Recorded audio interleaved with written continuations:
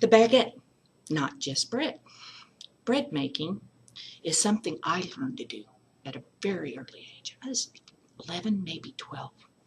My honorary uncle, Leo, who was French, taught me the love of making good bread, the history of breads in France, and that the baguette, although a simple bread, is not so simple after all. He taught me that the breads in history go through a lot of change. Did you know the baguette actually started a revolution? Started a revolution between 1788 and 1789, according to the article in The Evolution of the History of French Bread, a brief history of the French baguette. They actually tell you in this that the price of bread went so high that only the rich could afford it, and that the poor were eating the chaff and the crappy stuff that was left over, and they were having to make that into bread. Well, there was no nutritional value left, so they were starving. This started a revolution. Now, Marie Antoinette is actually attributed to part of this with the saying, "Let them eat cake."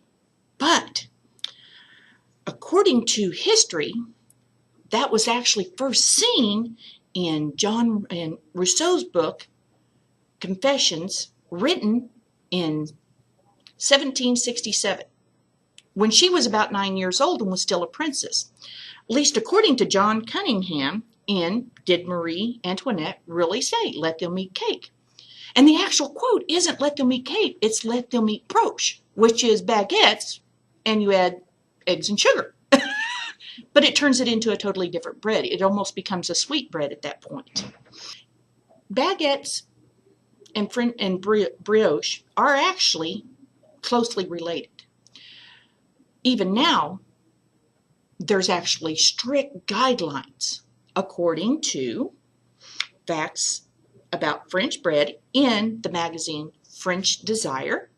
There's actually strict guidelines on what can actually go into brioche and baguette. Brioche has a lot of different things, but baguettes are very, very simple bread.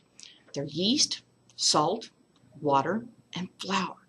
You wouldn't think those 4 simple ingredients and add heat would make something that is so delicious and so heartwarmingly good in today's society. But I think it is. For me, I learned from my uncle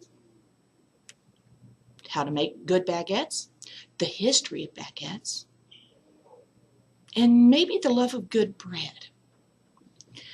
For me, making bread is therapy, it's fun, it's good for your health, and I just love the smell of it.